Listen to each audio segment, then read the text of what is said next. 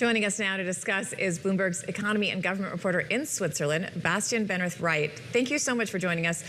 This was struck down, but it was pretty close. I mean, 55 to 45. That's not a blowout. Why was this getting traction with voters? And can you talk to us about the two camps and what they were arguing on this issue? Yeah, so this is by far not the first campaign to limit Switzerland's immigration. Switzerland is a very attractive place. We have high immigration every year because the companies we have big we have big companies here. Nestle is here, Roche is here, Novartis, UBS. They are just drawing a lot of people to fill their workforce, and therefore the immigration is high. And right-wing forces have for decades campaigned to cap the immigration and to cap the population, arguing that the country just doesn't have enough space for all the newcomers is in a way their newest way to approach to medium voters, middle voters.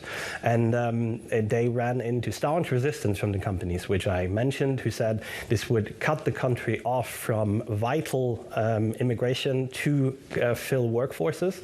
And it looks like Swiss voters have voted with their heads and not their guts. Switzerland really dodged a bullet here because also a lot of economists said, guys, this is not going to work. So yeah, looks like it looks good for the Swiss economy. Talk a bit about the genesis of this. So the kind of right-wing Swiss People's Party was what was the main proponent of all of this. Where did it come from, and why at this moment was it, I don't want to say overwhelmingly resonant, because of course it wasn't, but it did get traction, and why is that the case broadly? Well, Switzerland is kind of a special case because Switzerland is an island in a way in the middle of Europe. It never has joined the European Union and even the United Nations only in 2002. So sovereignty, particularly sovereignty over the borders, is really a thing which resonates here. As I said, we have decades of campaigns from right-wing forces arguing that like Switzerland needs to retain its control and so on. So it's really something which resonates with the population here to say this. And it's this population cap proposal is just a vehicle. It is right-wing forces have been arguing for a long time to restrict relations with the European Union for one thing, and to reduce immigration for another. And the argument that the country is running out of space, I mean, initially, intuitively, it makes sense. Switzerland has a lot of mountains, but this argument really was more a vehicle to appeal also to voters who don't usually vote for the Swiss People's Party. It's an interesting breakdown because a lot of the places in Europe, I think about the UK, where you're getting pushback on immigration, it's a lot of illegal, what is referred to as illegal immigration, migrants, things like that are the flashpoint. But in Switzerland, we've got these numbers from the New York Times. The Swiss population has grown by more than a quarter to 9.1 million. But as of 2024, only about 89,000 migrants were recognized as refugees. 2 million were permanent foreign residents for Europe. So to your point, I had a friend who tried to get a work visa in Switzerland. He couldn't get it. It's really hard to do. You have to have a sponsor. You have to have a company. It's a long process. The fact that companies want this workforce and the population is saying no makes it a bit of a different case than I think we're seeing in other places. Yes, indeed, absolutely. It is definitely a dichotomy between what the campaigns argue and what the numbers say, because the Swiss People's Party has really pushed this point of like too many people are coming and it's the wrong ones. It's all asylum seekers and asylum abusers and so on. But as you just said, that's actually a minuscule number. By far, the majority of immigrants into Switzerland come because they want to work here, and they come with a work visa. The situation you described is a little bit different for European Union citizens because there is a free movement of people treaty in place between Switzerland and the bloc. So that's a little bit different than when you come from the US or from other places outside Europe.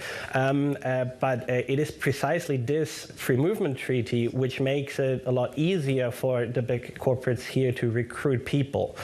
So this free movement treaty would have definitely come under threat if this population cap had been accepted.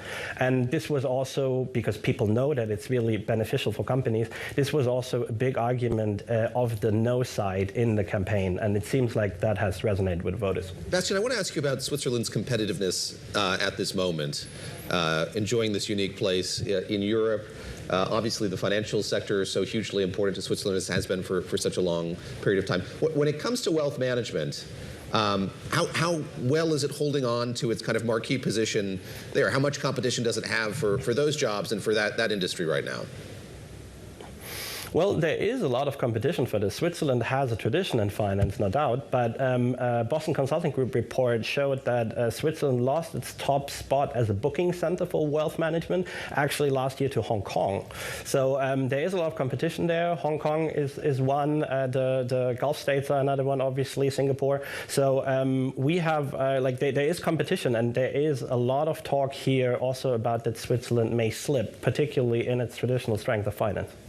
So now that this referendum has not passed, where do you see this going? Will this be the end of it, or do you expect efforts like this, maybe smaller portions of it, smaller motions, to continue? It seems to me like this, again, quite a few people did vote for this. This is probably not going away.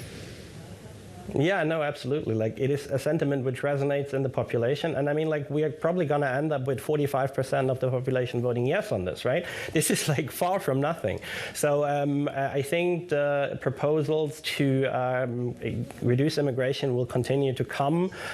Keep in mind, this is a direct democratic system, so there are votes as many as 4 times a year on different policy issues. There was even a vote, they can get quite ridiculous, no offense to Swiss voters, but there was a vote whether apes should get human rights, for example. So those are the things voted on. And okay, so we have a very representative, active direct democracy going on there, yeah.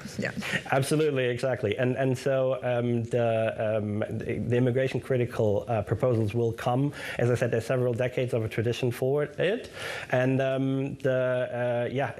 particularly what's going on is that there's right now a package of treaties being ratified between Switzerland and the European Union, intended to put the relations with the bloc on a firmer footing.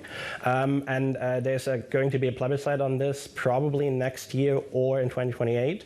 And the Swiss People's Party is already campaigning against that and will definitely use the sentiment to attack this set of treaties. So that passing is far from sure.